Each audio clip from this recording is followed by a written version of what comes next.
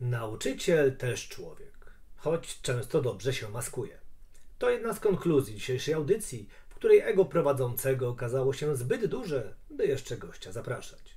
Zły ojciec wystąpi więc solo, aby przedstawić rzeczy, za które nauczyciel może znienawidzić uczniów. Tak, w audycji wystąpią sami uczniowie, żadne uczennice, ale zamiast nich będą piękny smok i opiekun rekina.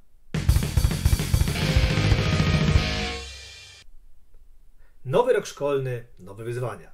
Dotyczy to nie tylko uczniów, czego najlepszym przykładem jest moja skromna osoba. Po niedawnym programie Trójka na szynach pojawiły się głosy, by powróciły odcinki solowe, w których dzielę się moimi, niekoniecznie mądrymi, spostrzeżeniami i przemyśleniami. Słuchając tych głosów, nie tylko w mojej głowie, stworzyłem krótką listę tematów, które powinny trafić na tapet. I choć niektóre z nich z pewnością lepiej sprawdziłyby się jako rozmowy z drugą osobą, to no cóż, podejmę to wyzwanie. Na początek skok na kliki, czyli rzeczy, za które nauczyciel może znienawidzić ucznia. Numer 1 to przemądrzanie się. Przychodzi taki Wojtuś i wcale nie okazuje się pierdołą, a oczytanym cwaniakiem, który zamiast walczyć godzinami z Angry Birdsami, jako stary dziad nie znam wielu innych gier, czy innymi stworami na komórce, czytał książki. Zamiast śpiewania godzinami Baby Sharka, rodzice katowali go programami edukacyjnymi, wbijając do głowy wskazówki, jak zostać woźnym doskonałym, czyli te na temat kolekcjonowania kluczy. A pierwszym i najważniejszym, tym do potęgi, jest rzekomo nauka. Wychowanie w takich patologicznych warunkach musi odcisnąć piętno na psychice dziecka i później przychodzi rzeczony Wojtuś do szkoły i rozbija lekcje, bo on już nie tylko wie, ale wie lepiej.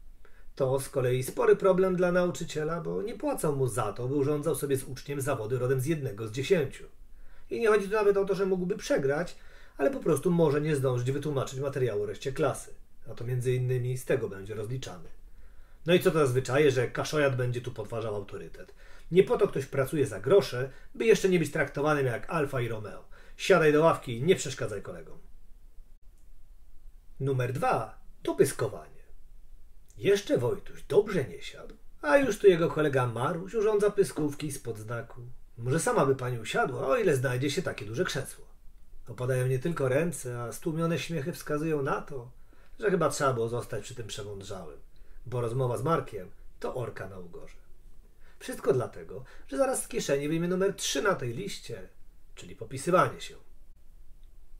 I w jego wypadku nie pomoże nawet karne odpytanie, bo celowo nie udzieli żadnej poprawnej odpowiedzi, by później, do końca lekcji, pokazywać, że znał je wszystkie.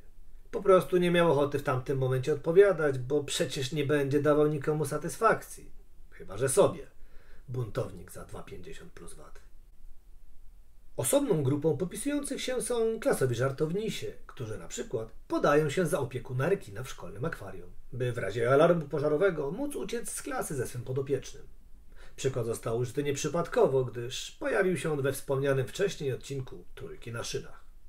Fatalni we współżyciu, fatalni we współpracy, a proszeni o kontakt z rodzicami przynoszą ten ścienny, sklejonym zdjęciem opiekunów. Cyrk tylko bez kółeczek. Te ostatnie zostawiają na inne okazje. Numer 4 to olewanie, czyli dobrze znany zdolny, ale leniwy. Tymi zdolnymi i leniwymi można by zapełnić dziesiątki szkół, nazywać ich pięknymi smokami, łechtać ich ego, a dalej nie wzięliby się do roboty. Po części dlatego, że są naprawdę leniwi lub wymagania są za wysokie, a po części, ponieważ ten wyświechtany frazes bywa wykorzystywany jako oldschoolowy motywator. Może weźmie się do roboty, gdy sam w to uwierzy? A może zagonią go do niej rodzice, gdy po raz setny to usłyszą. Kto wie? Pewnym jest, że wielu nauczycieli tego nie polubi.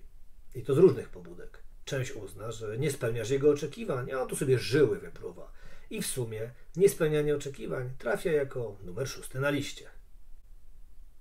Niespodziewanie, bo tak naprawdę jest numerem 5, ale chciałem sprawdzić waszą czujność. A wracając do meritum. Nauczyciel też człowiek, choć często dobrze się maskuje. To, że nie spełniasz jego oczekiwań, może zostać przez niego uznane za porażkę pedagogiczną. Wszak wkłada w to serce i umiejętności. Ciężko pracuje, bo nie może się lenić, a ty sobie bimbasz. Już nawet nie zagłębiajmy się w to, że może dojść do tego urażone ego. Problem w tym, że nauczyciel, choć może się tak na pierwszy rzut oka wydawać, nie znajduje się na z góry wygranej pozycji, bo nie może rywalizować z uczniem, tak jak nie może być jego wrogiem ani kumplem z palarni. Jasne, może być mentorem i swoistym przyjacielem, ale przyjacielem wymagającym, gdyż jego zadania są zupełnie inne. Ma uczyć, pomagać w wychowaniu i zachować świadomość, że cała powyższa lista to składowe różnych etapów rozwoju dziecka i nastolatka. Wszystkie mogą mieć odmienne podłoże, choć manifestują się podobnie, niezależnie od tego, czy wynikają z wychowania, problemów w domu, czy też z charakteru. I dlatego warto o tym pamiętać, bo jest jeszcze jeden czynnik, za który nauczyciele mogą nie tylko znienawidzić uczniów, ale i szkołę. To oczywiście inni nauczyciele, bo skoro płacą im za ocenianie uczniów, to już z rozpędu ocenią kolegów. Wyrazy wsparcia rzadko przebijają przez pełne politowania spojrzenia koleżanki geograficy, czy przez zagrzewające do boju komentarze serwowane przez WF-istę wierzącego, iż w pokoju nauczycielskim to nie tylko gorący kubek rozgrzewa żeńską część kadry. A to tylko zaognia napięte sytuacje na linii uczniowie-belfrowie, że nie wspomnę już o rodzicach, o których można by nagrać co najmniej kilka audycji. A może się mylę i po prostu na siłę zapełniam czas audycji, bo sam bywam przemądrzałym, pyskatym, popisującym się, leniwym i niespełniającym oczekiwań człowiekiem. Nie mnie oceniać. Wszak nie jestem nauczycielem. Przynajmniej na razie. Cały powyższy wywód nie miał na celu obrażenia nikogo, a był jedynie próbą podjęcia wyzwania, które rzucili mi słuchacze. Czekam na wszelkie komentarze i ewentualne tematy. No i oczywiście na rozwinięcie powyższej, mocno subiektywnej listy. Na koniec zachęcam do subskrybowania kanału, gdziekolwiek wysłuchaliście tej audycji. Do następnej razy.